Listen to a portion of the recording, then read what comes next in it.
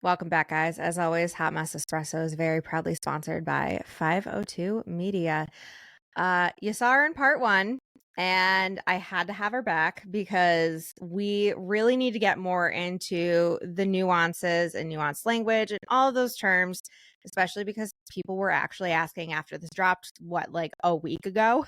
So I brought Joli Hamilton back to really dive into the foundation of part one. So if you've listened to it, fantastic. You're going to love this. If you haven't listened to it, what are you doing? Go back and listen and then come back.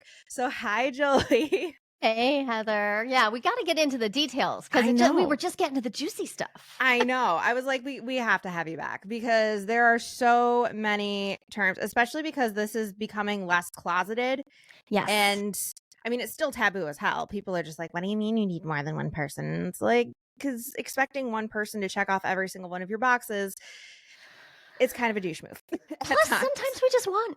Like, what if you just want? And if your partner's cool with that, what if you just get to? Sometimes I'm a little obnoxious about it. Most of the time, not. Most of the time, I'm a good little educator. But every once in a while, I'm like, the bottom line is my partners all like it and I like it. So who cares? Who cares? That's it. Yeah. Well, a lot of people have a hard time staying out of other people's bedrooms. So we're just, That's real. That's real. So this is your, I guess, trigger warning to get out of the episode if that makes you uncomfortable, because we're going to get down and real dirty. So yes. Let's do that. Let's do it. Okay. So the nesting partner thing, what those terms, let's just kind of go through those, I guess, one by one. I know there's a trillion terms and everybody has different language for different ones, but the ones that are like, I guess, the most common and even maybe the less common ones, let's dive into that. Yeah, so then the term nesting partner I think is actually really helpful, because if you're like just scoping out non-monogamy and trying to figure out, like, am I willing to date somebody who's doing that, right? You might not even be sure that you're cool with it, but let's face it, if we're on a dating app right now, like the likelihood is you're going to see people who are like, I'm already open, and now you have to decide. And if that's not for you, it's not for you. That's fine. Totally fine. But I find so many people are like, well, this person's interesting.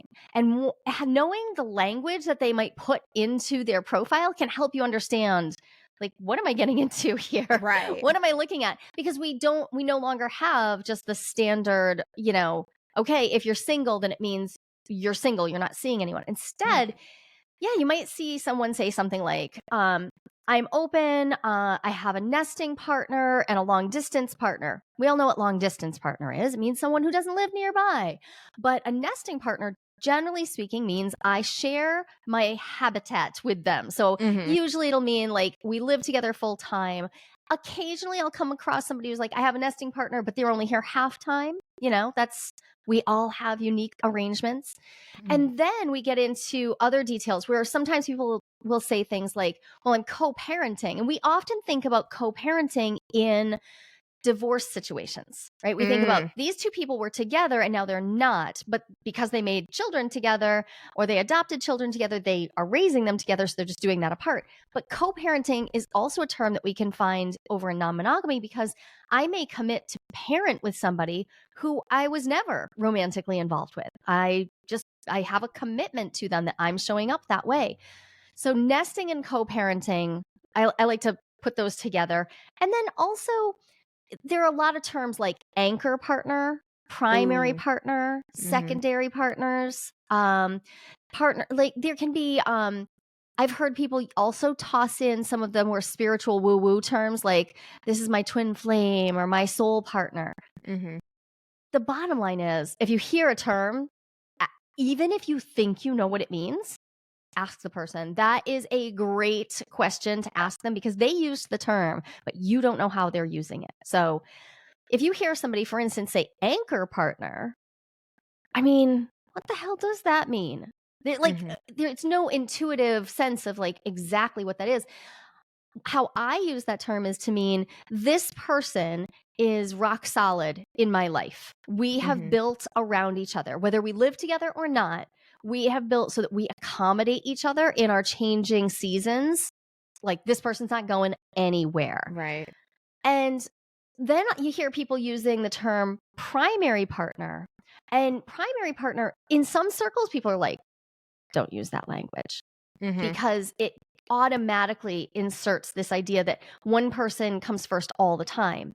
And a lot of us are trying to unpack our mononormativity. So actually, we don't want to reinforce that idea. Other people really like the term primary, but the trouble with primary is it implies that everybody else is secondary or tertiary. And that's where we get into, like, the first time somebody called me a secondary partner, I was like, whoa, I didn't agree to that yet. We got to talk language. We got to talk about this because Right. I was living in a triad with them. I had not agreed. Like, we had come together and said, we're all going to be adults loving each other. And so I didn't anticipate hearing secondary. It all worked out over time. It was really a semantics issue of like, well, I was here first. And so I kind of just thought that's the language we'd use. Right. But we do have to get really into the weeds about this stuff because that day that somebody just tossed the language like, well, but you're the secondary partner. So I was like, you know what? I can handle everything you said after so. Like what was happening was we were debating about like who had access to Saturday date nights. I don't care. Like I could totally Right. negotiate on that. But the word secondary hurt. Right. And so we just renegotiated about how do we talk about this? And we landed on a kind of sexy term, paramour, which I really liked. It was giving like romantasy. I was Yes, happy I'm with that. I here was like, for it. okay, sure. Yeah, I'm not married to this dude, but paramour, I can take it. Sure. Why not? Yeah. Really the bottom line is we don't know what people are saying off the bat, so we got to ask them. And that can come across as like some people are really excited to tell you about their situation and other people are like, ugh, I don't want to. And then some people are like, I don't use labels. That's actually, I think, the hardest one. Because I understand the premise of not wanting a label, but like I imagine you and I like trying to have a conversation where you're trying to get to know my life. And I'm like, well, I don't use labels. And now we're like, okay, where do I even begin? Right. Like I'm going to need a board like on Criminal Minds with like the face and the name and some lines because otherwise I'm not going to be able to know like who is who. Yeah. And this is where it gets tricky because in like the mono world, right? The world of mononormativity, we often are only thinking about people's roles rather than their full humanness. So this is actually a really actionable step all of us can take, right? So so I have a husband. Right. He's also my nesting partner. I also refer to him as an anchor partner because we have committed to co-parenting and doing all the things and making sure that we're in each other's lives, even if we stop having sex, even if we stop living together. So I would use all of those terms, but none of them actually describe him, right? Like he is still a unique individual. He's weird and he's problematic and he's also awesome and so amazing. Right. And so when we get in to know somebody and their people, we're actually asking to be like deeper in relationship to them, which is, I think about this like when I want to know one of my newer friends better, the easiest way for me to get to know them is to ask about their other friends. Right. Like I need to like invite them to be more fully, like, express themselves. How do they relate to other people instead of getting too narrowly focused on just like the roles? Like, oh, so do you have a best friend already? Oh, then that slot's taken. What if we just actually get to know those people who others are relating to and don't go with the assumption, which is hard. Right. No, it absolutely is.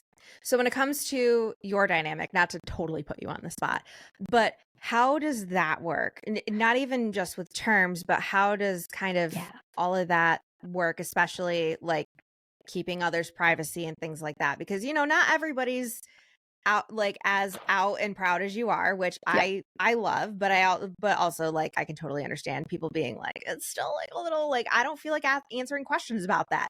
So how does all of that work with your specific dynamic? Yeah, well, honestly, in my life, first off, it changes, right? Like I date people, then I'm not dating people. Right. I've gone through periods of time where I'm like, the dating apps are crickets for me. Like, I mean, who hasn't had a dry spell?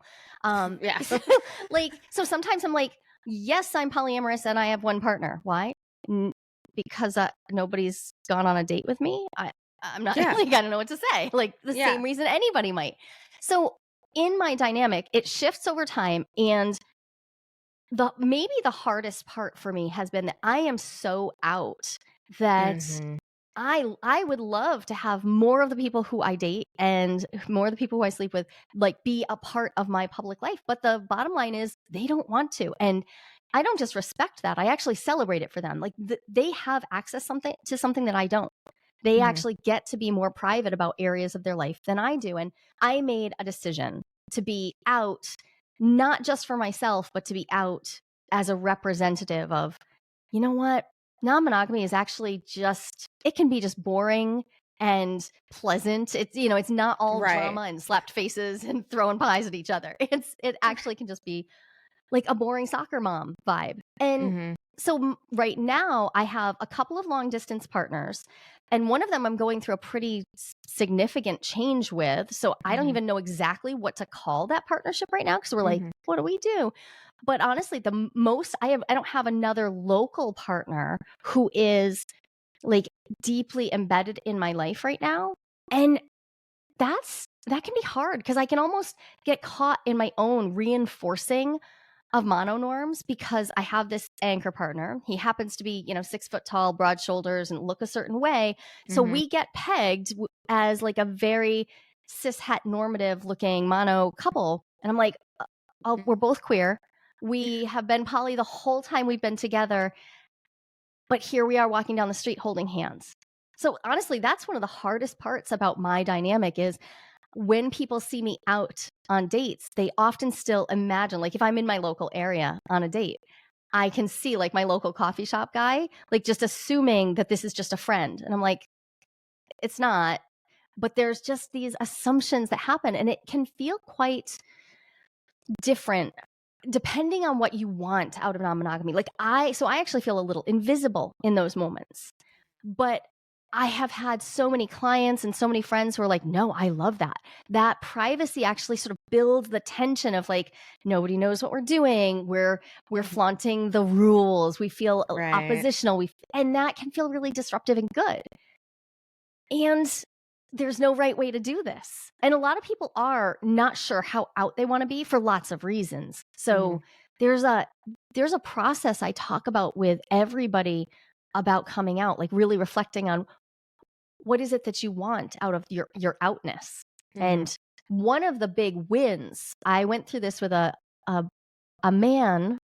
I almost called him a boy. A man I was dating who it turned out the secrecy was a huge part of the turn on for him because once he started to come out, he was like, he just wasn't that into it. And I was like, oh, we found your kink, baby. I was just gonna say, I'm okay. like, we found it. Okay. So we actually had to kind of go back into the closet to Mhm. make it fun for him. And I had to then decide, like, does that work for me? Do I want to be somebody's secret? And we dated for about 8 more months and it was fine. But at the end of it, I was like, yeah, I think that was it for me. Yeah. I don't want to be somebody else's secret anymore. I've done it off and on and it doesn't really work for me. But I have so many people in my world who are like, yeah, it works great for me. I feel like I have enhanced privacy because nobody's expecting this about my life Yeah. and they like it. So, no right or wrong to it, but it is a really important part of like the initial few dates of conversation. Like, how are we going to navigate this? Because like people can't date me and not, then be seen with me. And therefore, because I am publicly out, yeah, dots could be connected. It's true. Right. So we have to negotiate about that. It's a little tricky. Yeah. Speaking of negotiating, we had obviously in part 1 talked about jealousy, communication, all Yeah. of that. Um Obviously an anchor partner does not mean that like you get permission or approval for all of that, but does their like opinions and their feelings like matter a little more in an anchor partner, or like how do you guys decide when like you're gonna add another person in, or is it kind of just more of a like it's already been negotiated that's a little bit of a revolving door and like I Yeah. don't want to say free for all, but for lack of a better term, free for all. Yeah. maybe that term is okay. So let's back out just a level. Imagine Perfect. like if you were watching someone else having their relationship. There are all these assumptions we make. Like the assumptions start with these two people have a commitment, and in that commitment, they've made a bunch of connections with each other that are all emotional. We can't see the inside of that. We don't know Right. what's going on. But they've 1000%. also done things like they bought a house, or they've signed a lease together. They have a Right. dog together. They've like made babies, right? Those things we can see. And Mhm. that tends to be what, even from the inside of a relationship, we have all of these obligations to each other, all these pre-commitments. So Mhm. of course we do need to take into account.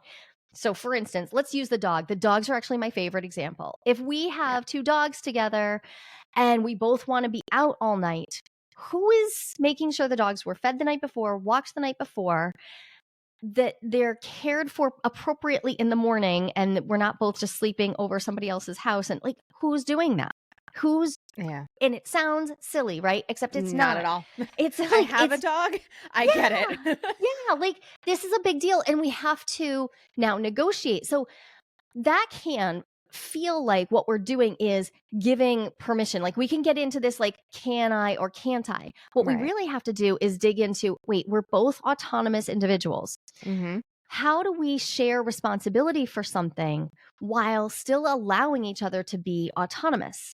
That takes an immense amount of kindness, right? Mhm. And this is a completely transferable skill. I think every monogamous person also does this or needs to do this if they're not, taking seriously that you impact the other. We just do. But at the same time, one of the reasons the word anchor partnership comes up is people are trying to get out of the idea that this person owns me, that they own my Oh. time, that they are entitled to having like first dibs on everything, or they're entitled to know that where I'll be all the time. As we step out of that into, what if instead of entitled, it's I get to, because we are weaving together. So for instance, phone location comes up. A lot of people are like, yeah, of course I have phone location on my partner. I always want to know where they are, and I feel like I'm entitled to. And many people are surprised to find out that, in fact, I have phone location on my phone, and I do share it. I share it with multiple partners. I share it Yeah. with my kids. I like that. I also have nothing to hide. But, but along with sharing phone location came a lot of discussions about, well, what are we going to do if you don't like what you saw? What if you Ooh. check my location and you don't enjoy it? How are we going to deal with that? Because a lot of that will come back to like, well, I don't think you should do this or that. But if we have agreements that are really sufficient, like they really help us not be in a free for all, but in a, we actually take care of each other where we need to, and we are Mhm. autonomous to make our own decisions within the scope of yes, and we show up for each other, then yeah, it is a free for all. And but that doesn't mean people aren't going to have their feelings hurt. It Right. doesn't mean, like, my husband has scheduled a date before and I'm like, "Oh, I just assumed we were doing our thing. I just assumed, like, I made the assumption that Mhm. you were going to be here because that is the night Gilded Age comes out, and I thought we were going to be boring married people in that moment and sit and watch the boring old people show that night. And instead, you're doing something that is decidedly not boring." I feel a way about that. Right. But within the scope of our agreements, he decides when his dates are. And my assuming that we were going to watch that was based on nothing other than that's when I thought. There was no date on the calendar.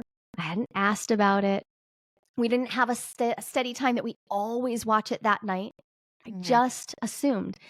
And something that comes up a lot as people are transitioning into non-monogamy is realizing, holy, a lot of my relationship is based on my assumptions. Yep. Like the stories I say, I make up in my head about this Mhm. is how it's going to go. And now with more moving parts, there's more things to be not what I expected. And foiled expectations, that will get you. That'll send you into a tailspin faster than anything else. We don't like to be disappointed, us humans. No. So you asked basically about, like, is it about permission giving? And ideally, we move out of any permission giving phase as soon as possible. And to get there, we have to be really cognizant of what have I committed to? What will I do with this person? And that's where a lot of people find, oh, I'm dropping a lot of balls because now I can go have this really exciting date over here, or I can go on vacation over there, or I can go. And that sounds like more fun than going home to make sure the dog is fed at 6:30 in the morning. So we have to have this like real coming to terms with, oh, just because I said we are going to do polyamory or we're going to do non-monogamy doesn't mean I don't have commitments. Doesn't mean I don't have commitments to my life that impinge on that supposed freedom. Yeah. How do you guys kind of, and I'm just saying you guys because like obviously this would probably be your advice for any couple that's dealing with this, but how do you guys work through those assumptions? Is it kind of more self-talk of these are the negotiations, or do you kind of say it out loud and you're like, hey, this is where my head's at. I realize it's something I need to deal with, but like this is where my head's at, just so you know. Yeah, we have several practices that, and I would recommend this for anyone. First off, when you're first doing this, daily check-ins, daily calendar check-ins. Like it is so shocking to go from, I thought my partner was just going to be there all the time doing the exact thing I thought to, oh, now there are little shifts, little changes. So a daily logistics check-in, so necessary. We built agreements, we didn't sit down and say like, let's make an agreement that'll just like cover us. It'll cover our butts. We'll know exactly what the rules are for it, and we'll just go forward. Instead, we made small agreements. I call them minimum viable agreements. These little tiny agreements that get us through like, let's see what we need this weekend. Like, let's find out by doing what we need this weekend. So an agreement that goes from Thursday night till Monday morning for me covers a weekend because I don't like to work on Fridays. So I will make that agreement with a partner and then turn and make sure that like it makes sense in my life. That micro agreement that I just made will help me make visible all those assumptions, right? It's, what am I asking my partner to do this weekend? Did I expect that they were going to be home and we were doing yard work together? Like that's where I make visible the assumptions. So this brings us to maybe the most boring part, but very, very much the most real part. There's a lot of conversations to have. People talk about like, it's all about communication. Yes and no. It's definitely about having the community. Like we have to have the conversations. We cannot avoid them. If you are a person who doesn't like to talk about schedules, don't do polyamory. It's just like, you're just asking for trouble. You might do better actually being solo polyamorous, where you are your own first partner. You like, you are committed to you live on your own. Like you're like, I am not sharing obligations with others. I date and I build things with others, but I don't weave myself into the intricacies of their day-to-day life so that I can be there for myself. Yeah.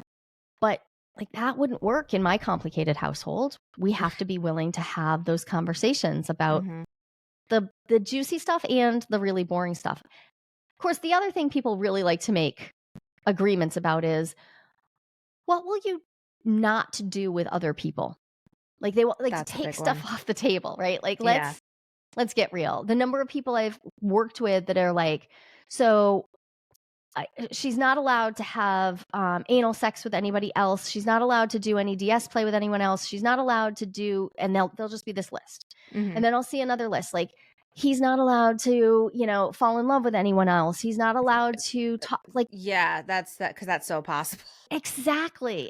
So the idea behind it, like at the outset, I think when we're excited, we're balancing the excitement of, I get to go do all these new things with, wait a minute, my partner's going to go do new things. And where that balance usually hits is, I'm going to make rules for them that help me feel safe. And it doesn't work. And then they make rules for you that help them feel, it doesn't actually work. We have to flip the script and learn how to make commitments that do actually work. And one of the big ones is, feelings don't give a fuck about your agreements.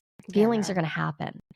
What we do with them, we can all make promises about how we'll behave. That is true. I can say, one of my favorite things to think about is like, I have a standing agreement with my nesting partner that I will not make any humans with other people. I will not offer to raise any other people's children right now. And I will not buy property or open businesses with other people right now. Yeah. Now, and so people often hear that and they're like, well, duh, don't we all agree to that? Like, no, I don't believe I've agreed to anything unless I've had the conversation. Right. But here's the thing, the second one on that list, actually the second, third, and fourth, I'm not going to make any more babies. I'm done. I made 7. I'm good. No more making babies.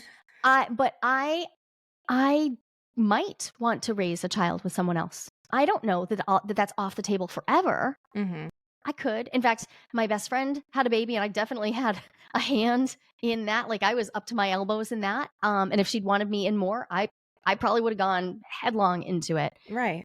So that would have been a point of, okay, we have an agreement, but agreements need to have revisit codicils. Like we need to revisit them regularly and make sure they still make sense. And we also need to make space for, and sometimes something's going to come along and we're going to question whether that agreement still makes sense. Like if I were asked by one of my business besties if we want to do a collaboration, I gotta say, like right now, I'd be like, oh, absolutely. I'm going back and I'm renegotiating whether I will have another business with people because my youngest kid just turned 18, because I have more free time now. Like, things have changed. So maybe it'll change. But the thing we tend to make rules about is things like sex and love. And the heart doesn't care. And then the body gets super, super interested in the thing that we outlaw. That's true.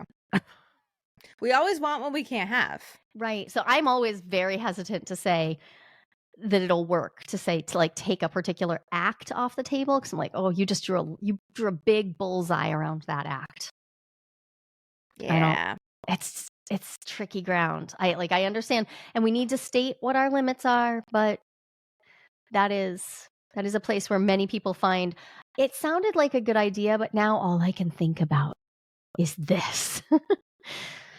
Now, do you find with clients and stuff, because we're on that whole like list of stuff, do you find that like if they both are mutually agreeing to like one aspect when it comes to sex, that like, you know, we won't like, let's say like, you know, finish inside, like if that's a mutual thing for both partners, does that tend to work?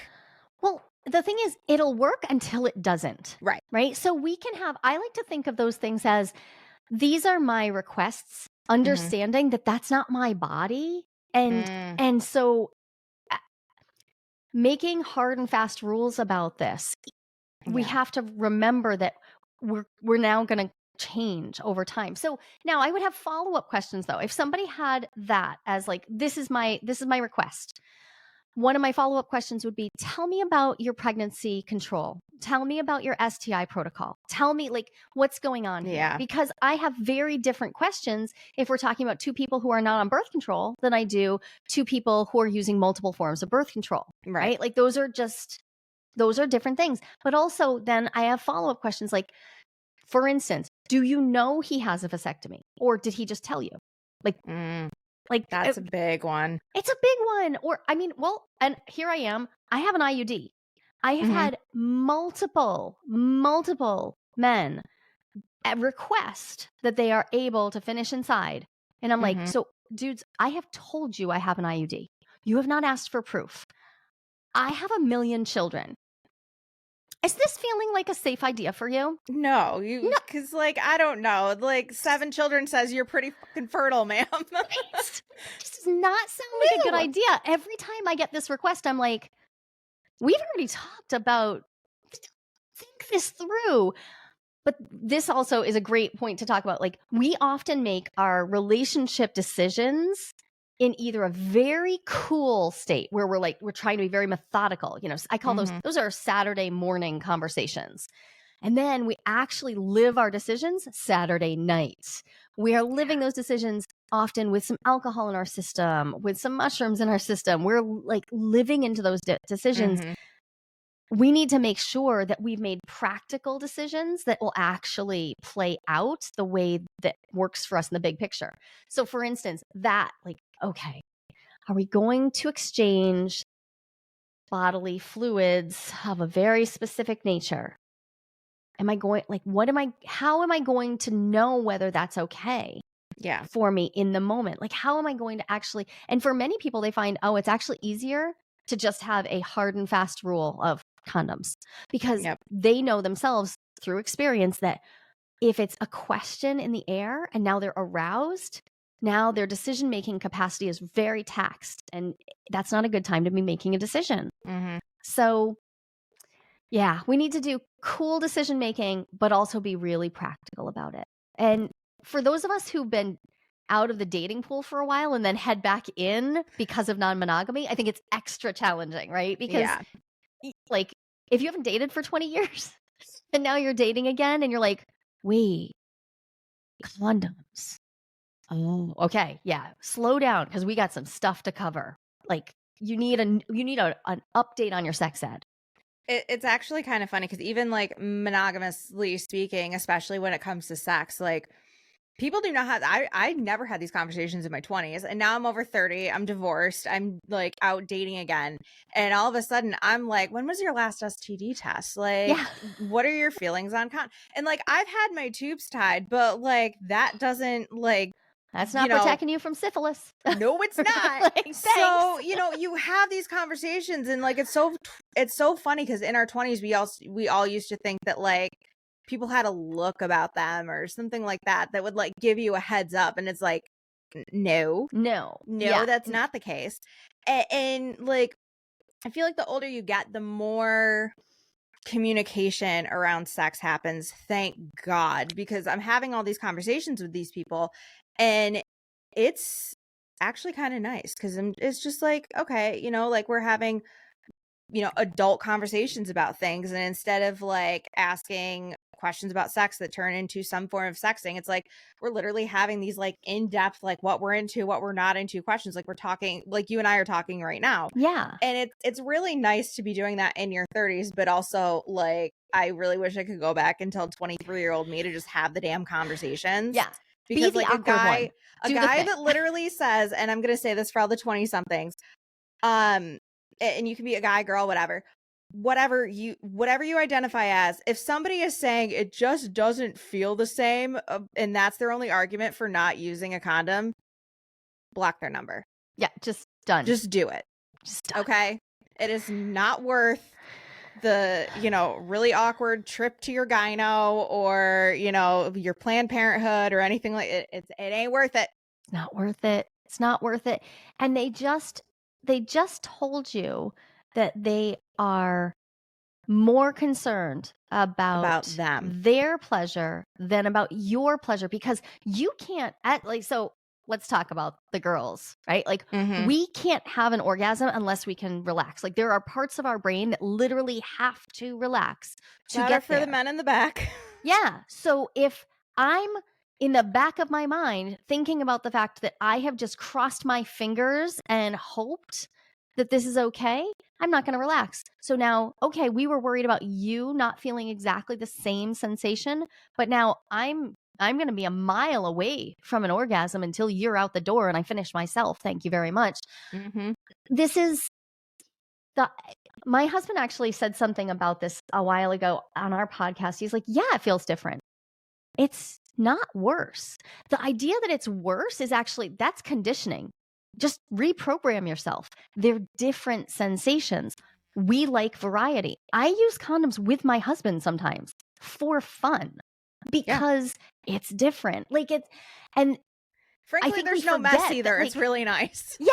Like there's a million reasons to play with variation, right? And the idea that we should just skip over steps that we would tell a 16-year-old to do, like, why? Yeah, how's literally. that gonna work out? And I wish it were true that everybody was having these conversations, but we're not. And the more fun you want to have, the more we have to have the conversations. But like you said, they're also intimacy building. Like when I am messaging with a person who's willing to talk about what they need for STI protocol, like what makes them feel good, what they want for aftercare. They have questions for me. Like I'm pretty much guaranteed that right from the first time we have sex, it's going to be decent. Even if it's not perfect, it's going to be decent because we're already building intimacy. So like I can go in with this, like, yeah, we're not just relying on, ooh, this is hot. We're relying on, this is hot and I feel safe. I feel excited because I know what direction to lean. It's so worth it. Safety is literally the most attractive thing because if these people are having these conversations, I'm gonna tell you right now, like, I'm dating this guy and we've had multiple conversations about these things. And I am literally like, as weird as this is going to sound to some people, I am like more turned on during these like mundane conversations than I am like, well, obviously I am with the buildup and stuff, but like, and if you're listening to this, sorry, Dad, but these mundane conversations, because we're building that trust, that safety. And it's like, if I feel safe, I'll pretty much do anything. Right. Like it will be so much better. Yeah. I'm more attracted to you having these conversations than if we just skipped it and went right to it. Yep. Like, and now when you get to my house, like, let's go.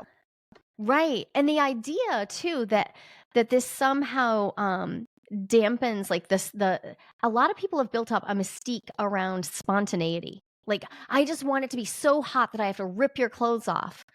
And it really, the thing that comes to mind for me is like, you can have both. Yeah. This is not like you just said, that's a perfect example of, we're texting about this. We're back and forth. That's the simmering. We're simmering before the date. We're building anticipation. Anticipation and longing are an incredible aphrodisiac. We can still get to the moment then. Plus, now I get to the moment and I can have safety and tear your clothes off because we already have the plan. And that's, I've also seen this happen at sex parties, like where people who've never been to a sex party and they show up at one that's been really well organized and they show up and there's some gentle like music playing and some a little bit of a warm-up circle where we do some hopes and fears. Everybody gets shown around, like, here's the towels, here's the lube, here's all of the paraphernalia you could want. People who are walking into that are like, wait, sex could have been like this? And this whole time, I've been thinking that the best sex is spontaneous, because there's nothing spontaneous about a really well-planned sex party. Like, I put a lot of work into hosting that. Like, that's a lot of effort. And it's incredibly safe and luscious feeling. Like, you relax in a way that you didn't even realize you could. So this is about like shifting the imagination out of this falsehood that spontaneous is best into a new way. Yeah, and you can still have the spontaneous, because if you think about it, like, you're building that foundation with somebody, they come home and all of a sudden you're up against a wall and like your shirt's getting ripped off because they had a rough day, but you've already done that work. Yeah, it's all, so you know what's in place. You're good. Exactly. The safe words are established. Aftercare is planned. All the things. Yes.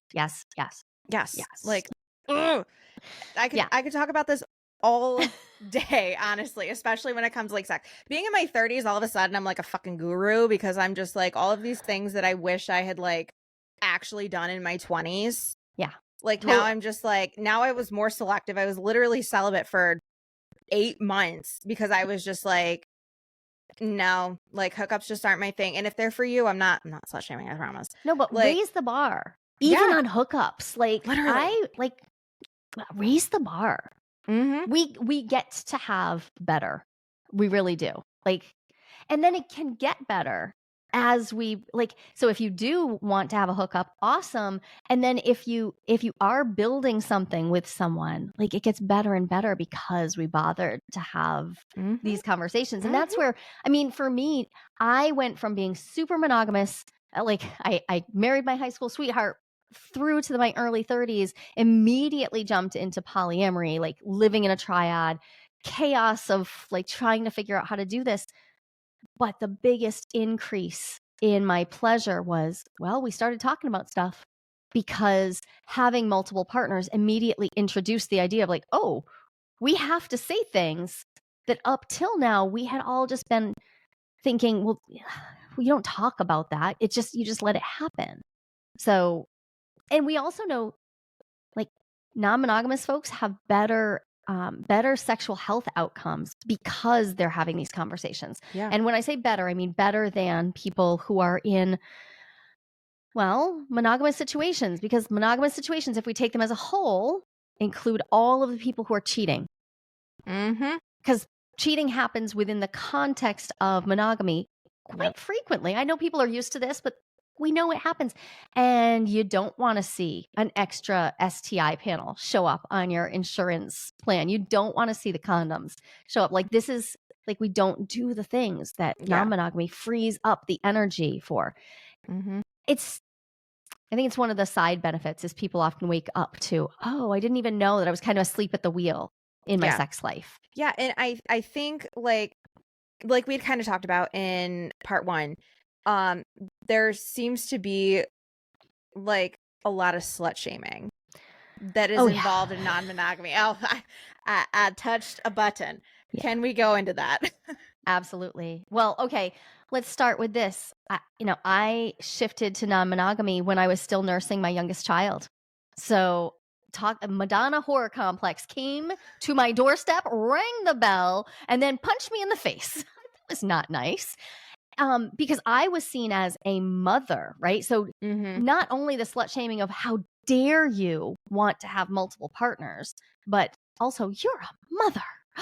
Because that's all you are. Right? Don't you know that? You're just a mother. You're not a depth psychologist. You're not, Joli. You're just a mom. You're just a mom. You're just a mom. And I did not realize how intense that would be, but the combination of the people who get angry because they actually wish that they could have multiple sex partners, but slut shaming is how they keep themselves in the box. Like, so they're slut shaming themselves. They have a desire to be slutty, but they don't want to act on it. So they make a story up that says that this is bad and dangerous.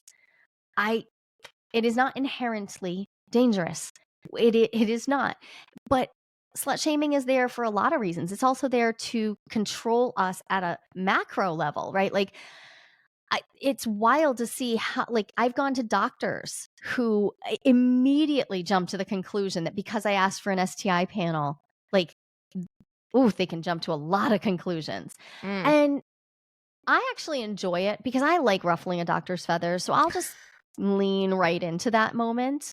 And it has been getting better and better. But it's fascinating to see, like, my husband, every man I have ever seen, I always ask them, like, so when you ask, because they're married, and I'm saying, hey, I need you to get an updated panel before we have sex. So one of the questions I'll ask them just for fun is, how did your doctor respond when you asked for the panel? I have never had a man report back that they were asked any question. Just, yep, okay, head over there. That's it. That's it. I, on the other hand, women, have been asked many questions. Now, I have also had some amazing providers who don't bat an eyelash. I live in Massachusetts, so I do feel like I am very lucky to have some very open and conscientious providers in my life. But an ER visit with a doctor who looked at me like my kidney infection had to do with the fact that, because he had to ask about all these other things. Oh my God, the judgment when I was like, well, these are my stats. Yes, I've had a panel. Yes, I know it's not this stuff because okay. Yeah. So it's real. And then of course there's our friends. And maybe this is actually the tenderest, because I think we expect to see some slut shaming at a societal level. Yeah. It sucks. I don't like it, but we expect it. Right. But I did not expect to see the level of people who purportedly cared about me, they were envious. They were deeply envious. And how that came out was slut shaming. Of course. This is maybe one of the most important reasons to have this conversation, is to remember that, first off, just because somebody's non-monogamous does not actually mean they're having a lot of sex. We don't know. Like, asexual people are non-monogamous too. So we don't actually know that, but even if it is, what's a lot exactly? Like everybody's got a different threshold, a different life number that they feel like is like the mark of a slut, or a different number of times you have sex that makes you like. Yeah, like here's the crazy thing. It's not just non-monogamous people that may or may not be having a lot of sex. I know monogamous people that literally have been together for over 10 years and it's still like every other day. Yeah. Yeah. And so is that slutty? Is slutty about having multiple partners, having sex with lots of multiple partners? I have friends who definitely are in the 4 digits of sex partners. That is way beyond my pay grade. I just don't have the time. Yeah, I've never had the time to dedicate. I don't have the energy. I kind of aspire to that level of sluttiness. That sounds awesome. But, Yeah. I think that there's a misconception that we all are, we often just hold at an unconscious level, that there's some amount of sex that's correct. And we see this come out when I ask people, like, so how is your sex life? And they'll say, well, I have like the regular amount. Or a guy just told me this on a dating app recently. I was like, so how often do you like to have sex? And he's like, regular amount. What is that? I There's no think such because like thing. studies show like 3 times a week is the average, like recommended. But the average of what? Like, so like the average of people during what phase of life? Because I'll tell you, 3 times a week, not the average in the first year after a baby is born. Nope. 3 times a week, not the average if neither of the individuals in the relationship have ever had any kind of comprehensive sex education or been able to talk about sex. No, they tend to have all kinds of, they'll have spikes and dips. And we just make up a story in our head about like, what's the right amount? And it has so much, it's so telling about us. So whatever that is, like whatever the amount is that's a lot for you, just remember, for somebody else, that's a Tuesday. It's it's fine. Yep. It's fine. And I also think that there are plenty of us out here doing non-monogamy who, the part of what we're doing is deconstructing from purity culture, deconstructing from monogamous culture, right? Church kid right here. Yeah. So I totally get that deconstructing the purity culture thing. Yeah. It was very bizarre when I got married, and all of a sudden I'm like, oh, sex was like kind of a bad thing, but now that I've signed a piece of paper, now they not only is it okay, but they like encourage it, and they're literally like, all of a sudden that's all that matters in your marriage is how much you're putting out for your spouse, and it's like, ew. It felt very weird. It felt very weird. Yes. Not to mention the purity culture balls and the rings and yes. Oh my God. So many things. I'm so glad my parents never made me do a purity ring. It was just like, you need to wait until you're married. Like they totally did. But I was definitely 1.5 years in their wedding photo. So that whole waiting until, I'm like, look, I can do the math, and like that face matches my baby picture. So this is which cousin, allegedly, Dad? Yeah. So how about no. Try again. When I think about that, I always think of, I have clients that they come into non-monogamy as part of that, right? So the nice part about that is they're often just like shedding all of this garbage, all of these burdens they've been carrying. So a lot of them are actually quite defiant about the slut shaming.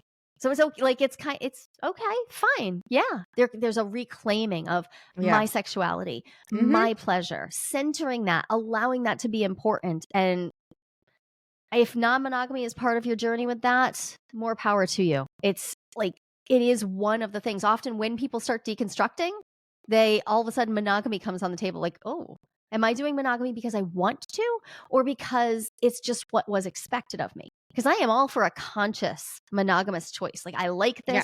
Here's how I do it. I understand what my fidelity is. I understand why I'm doing this. I understand that I do not have to. I actually am choosing. That's completely different. But when we start pulling at that thread of, these are all social constructs and you get to make up whatever you want, often monogamy starts to unravel a little bit too. Yeah. And you've talked about dating apps a few times, and I've actually, this is years ago, but been on a couple of dates with men that were in open relationships and stuff like that. For somebody that is exploring possibly being part of like an open relationship, but not necessarily the couple part, if that makes any sense. And I know It you'll does. probably correct me on the terms, but if you're looking to do that, especially in this day and age where all of a sudden every other man on Tinder, I'm Yep. just saying men because that's what I It's have just true. seen from my Mhm. experience. Every other man is in an open relationship.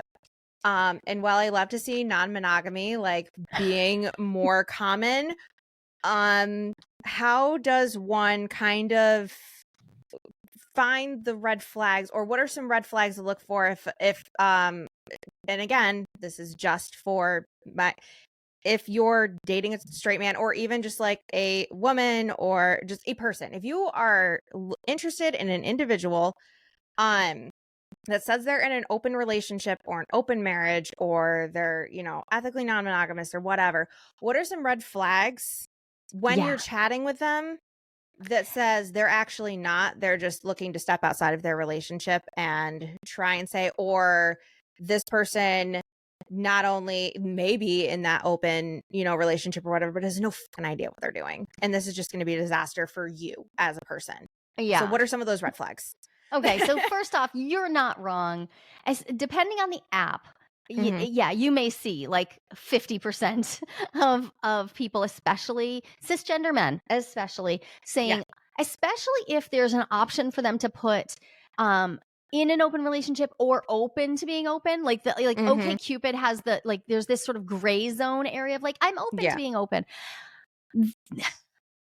You need to know how to vet, right? Like Yeah. you deserve to vet people. Mhm. So, one of the things I will do very early, one of my first questions is, please just, I want to know more about your non monogamy. How does it work for you?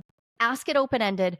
Do not put words in their mouth. Don't feed them too much information. If they can't explain to you what kind of dynamic they have, Mhm. just no, just like swipe away, swipe away. Language I would be looking for would be things about people saying, well, here are the terms I use. Here are the labels that work for me. Or some of the agreements I have. So they might say something like, well, I have a nesting partner and a co-parent. And we are really autonomous and we don't have a sex life anymore. That right there, that would make me think, okay, they're using some language and potentially they know. Now we have to remember though, those Yeah. guys are listening to this podcast too. Yeah, they Like, definitely are. they're listening to this podcast, right? And so, y'all, if this is you, if you don't know the language, but you are faking it, if you're memorizing the things to say to bag people, like, dude, just put in the effort to learn how to do open relationships well. They're Mhm. awesome. Come on in, join the party, but don't half ass it. Like, learn how to do this well. And by learning how to do this well, you're going to be able to explain why. Why do you do non monogamy? Not just I do, but why? What's your why? What's behind there? You're also going to be able to talk about how you navigate big feelings. Because if somebody, a big red flag for me is somebody who says I'm open but no drama. You know what people mean when they say no drama? They mean Okay, none of Cody Brown. your drama, but Yeah. they're going to be dramatic. Like, Mhm. like we all have drama. I know that like we all want to imagine we're not, but we're humans. A great question that I will ask is like, how do you balance connections with other people? Like, how do you do that? Tell me Mhm. about how you handle it. And then listen for their actual descriptions, not just vague words, not just like something they just typed into ChatGPT and got it to spit out an answer. Mhm. How do they talk about their different partners and how they deal with that? Are they honest with you? Like, do you start catching them in just like little inconsistencies? Because the little inconsistencies are just tells about bigger inconsistencies. So go Mhm. ahead and pay attention to them. And I think one of my favorite questions early on is just to ask people, like, what are they passionate about? If somewhere in their list of stuff that they're passionate about doesn't include like self-development, learning, like Mhm. communication, like I want to know that people are putting energy in. And I don't believe that you can do non-monogamy well without devoting energy to that part of your life. So, Yeah. and this is, I have people who've done work with me who they're 30 years into their non-monogamy and still this is part of what it is because we have to keep updating ourselves. So Mhm. I like to ask some questions and I like to poke. I poke Yeah. before I start offering a lot of me. It's a lot like going to a psychic. Don't give them too much information because they'll just mirror it back to you. So ask the Exactly. questions early and let them show you who they are. And then then you do have to decide, are they hot enough that you don't care? And this is a real question because so many of us want to say like, "Oh, I want to pick high quality people," but then we let our pussy choose. Like we Yep. let it like I'm like, "Okay, but remember then that's a person to fuck and not fuck around with." Like Yeah. just we I can't I have always used what I affectionately call the dick to douche ratio. Like if the dick outweighs the douche, we can put up with the with whatever. some But if the stuff. douche is outweighing the dick, goodbye. Yeah, and I think just being real with myself because I have dated people that I'm like, they're not a good match for me. Mm-mm. What I have to do there is decide to watch for myself. How am I letting myself overinvest? How am I letting myself show up and try to do their work or make them into like if I squint and I push and I ask them to do exactly the right things and I like could I make it work? Mm-hmm. Don't do it. Don't do Yeah. it. It's so not going to get you what you actually want. God, I just thought of a great question. One of my favorite early questions to ask is just how do your current partners feel about your non-monogamy? Ooh. How do they feel? I mean, Mm. I, if they're anywhere in the realm of like, well, we don't really talk about it. It's not really a thing. We just vibe. We just do it. Like that's especially if you're a person who is new to this. You deserve to date people who like can show up for themselves in Mm-hmm. conversations. And let the STI conversation, let that like you as you're talking to somebody about that, a lot gets revealed. If they don't know how to have a really great sexual connection conversation, like what are they doing out there in their like this is not slut shaming. Go be slutty and learn how to have those conversations. Yeah. If you're being slutty and you can't have those conversations, now I'm concerned. Yeah. Now, is it a red flag? Because you brought up partners. Yeah. Is it a red flag if they're kind of like, well, my partner just, they just want to out of sight, out of mind. Like I'm allowed to do whatever I want, but like they're out of sight, out of mind. Or if you're asking like, would I be able to kind of communicate with your partner to like back that up? Yep. And they like, are there certain partners that like when their partner is non-monogamous, they are very like, I don't actually want to communicate with the people that you're with. So would Yeah. that be like a like red flag immediately run in the opposite direction, or would that be let's investigate this a little bit further? So it's a beige flag, right? Because Mm-hmm. some people really do have no interest in communicating with their metamors. Your metamors are your partner's partners, Mm-hmm. right? So that's real. However, anybody who's been in this for a while understands that also vetting is real, Yeah. right? And so it is for me, it is a red flag if somebody is not willing to help me vet them, if they're not willing to participate in that, Mm. because I don't want the headache on the other side. So that might even be what their partner wants. They're still not a good match for me. Red flags aren't universal, right? That doesn't mean the person is a red flag. It means, oh, that's a red flag for me. Like Mm-hmm. that doesn't work in my life because I want to be able to verify that, yes. So, and that can be for some non-monogamous people, there are some pretty easy workarounds that we've come up with. I don't necessarily have to be able to talk to you to be able to perhaps see your dating profile, just see a snapshot. Like, so here's my partner's dating profile. Like, here's a snapshot. To be able to I've had text messages come, and my husband has provided text messages to people I've dated. He's hopped on the phone with people, like Yep. just taken like a couple minutes to do that. Asking for verification is completely reasonable. You don't know what Mm-hmm. you're getting into. Right. And to pretend like that's not true, I mean, and most people, once they've been open for a while, realize that, like, even just a few months, you realize, like, oh, this is part of what it is. We want access to more pie, right? Like, we want Yeah. more. So, yeah, we do have to show up with a little bit more information. We do. Like, that's what there is. You know what? There's another great question that you can ask is, how do you support your partners when they're struggling with jealousy or insecurity? Ooh. How do you show up for them? Yeah. Because anybody who says, well, that's their problem, just remember you're going to be on the end of that's their problem someday. Mm-hmm. Or like if they say, well, it doesn't matter because they agreed to this. Like, Oh God, ew. no. Do not pass go. It's like jealousy doesn't mean we can't do non-monogamy. God You would knows. have to deal with jealousy and insecurity in a monogamous relationship. So Yes. answers like that just scream like you should probably be single. Yeah, maybe you're just not a relationship person right now. Maybe go seek therapy. Yeah, you need more time. Mm-hmm. It's not right yet. It's not ready. It's my experience of finding people who are a good match has been honestly the biggest education about who I am, right? Yeah. I'm not looking for people as good or bad, but good or bad fits for me at the phase and stage of my maturing that like, and that's, I don't date the same person now that I would have in my early 30s. Like these are yeah. very different people for me.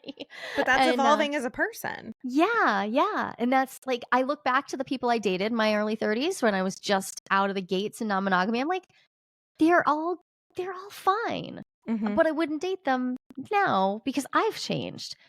And then the reality is, hopefully they've changed too. Hopefully we're all growing. So one of the things people may find is that if you're new to this and you're new and your only exposure is that you keep meeting people on dating apps who are open and you're like, oh my God, do I have to be open? No. No, you do not. Right. You absolutely do not. It is not the cool kids thing to do. You absolutely get to have monogamy if you want it. And I can't say this strongly enough. There's no reason. We don't want to put monogamy on a pedestal and pretend like it's perfect. It's not, but we don't need to demonize it either. Right. So if you're finding like sorting through the apps is just for you, it might be time to go back to organic dating, which I know it's hard. I know. I get it. It's an absolute dumpster fire It's there. rough. After my divorce and getting back out there, I was like, this is why I was single for 8 months. Like, this was terrible. And granted, as of this recording, like, I'm seeing somebody that's absolutely wonderful, and hopefully by the time this airs, like, they're still around. But there is some hope, just a little bit. And I think some of the hope though comes with like approaching dating like this, like with the thoughtfulness that you've brought to these questions, Heather. They like we're putting ourselves out there. Whether it doesn't matter, monogamous, non-monogamous, we're putting ourselves out there. And a lot of the red flags even that I see are really there because people they're not doing the work that it takes to be present to like, wow, this is hard. Dating is not just I bump into someone sideways in the high school hallway and then I get married a few years later.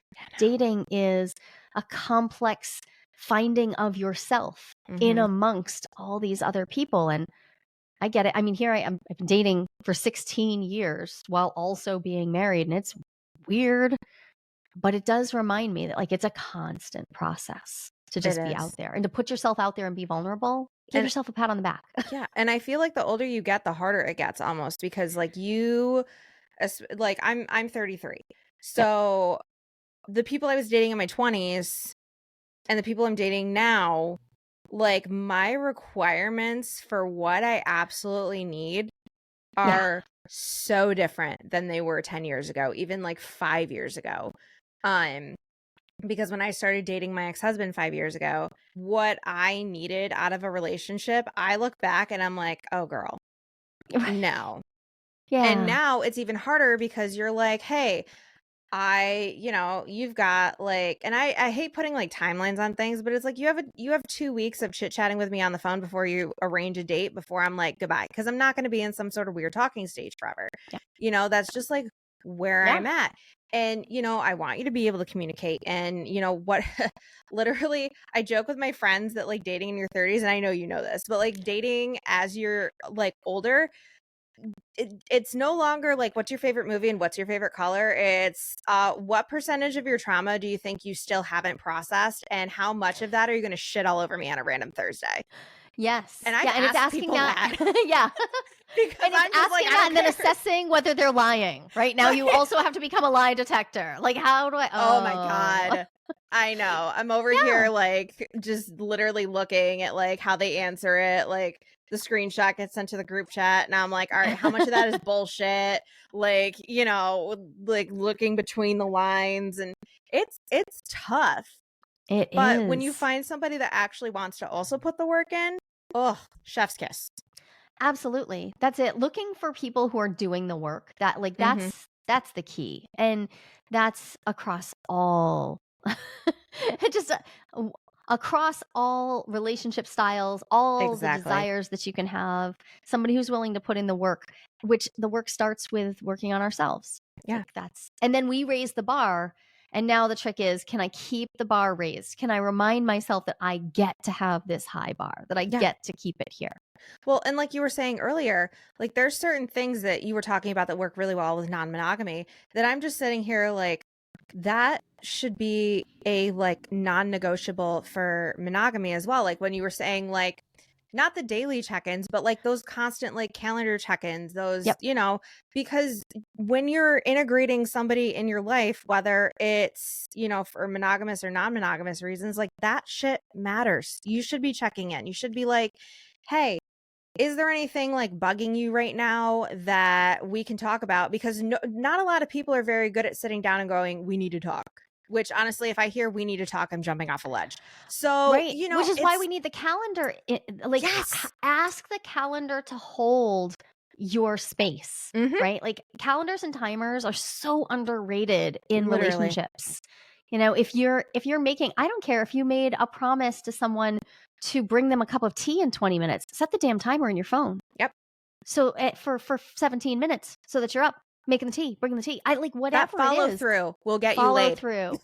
That will get you That will get laid. you laid. Yes, yes, it will. And when it comes to the relationship agreement process, so many people that I've worked with, and my process has like I built it because I was so unsatisfied with having these like, oh, we're just in a conversation. Like we just talk about things when we need to. I'm like, wait, so we're just supposed to vibe until things break?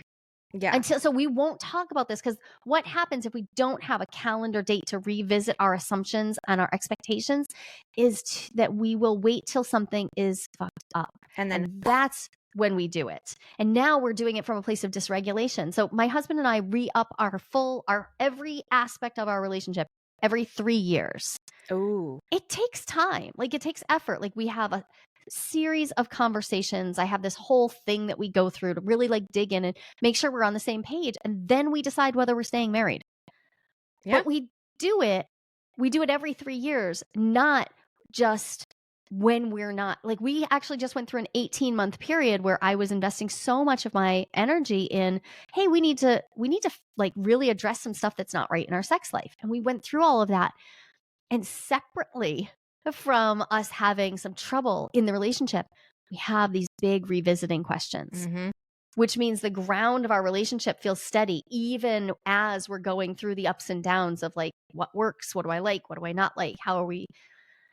Yeah. It really does. It's a whole different thing to do relationship this way. And that's why it's really about conscious relating. It's not Mm-hmm. monogamy or non-monogamy. That's not the dichotomy. It's default Mm-hmm. thoughtless, unconscious following the scripts or consciously diving in, doing the effort, showing up. Like those are the two options. Well, and like if you don't know what, because like I'm not saying I'm divorced. I'm clearly not a relationship expert. But if you're struggling to kind of come up with things to talk about, or stuff like, do you know how many card games there are now? So many, exactly. They're Yeah. great. I'm literally like, I'm buying at least 2 of them. So like when I'm in my next like actual relationship, like Yep. we're on a road trip, we're bringing the card games because, like, yeah, I That's love to so jam out and this, helpful. that, but we pick like 5 cards and we each have a conversation about it. that's really, especially if you're trapped in a car with somebody, it can either be an absolute nightmare, or you can really learn a lot about each other, or like settle things that you didn't even realize were necessarily an issue. Yeah. Yeah. Use tools beyond your current imagination. Like if the only way you show up to the relationship is with what you have today and you don't use anything to Mm-hmm. help you like flip over those untended rocks and like look under there, like we don't know what we're gonna find. Yeah. I'm a big fan. There's a non-monogamy card game out there now. Ooh, what's it called? It's just called the non-monogamy game. It's Beautiful. very straightforward. Very, very straightforward. And I think that one combines with all the games from the And. They're my favorite. Mm-hmm. I love their sets.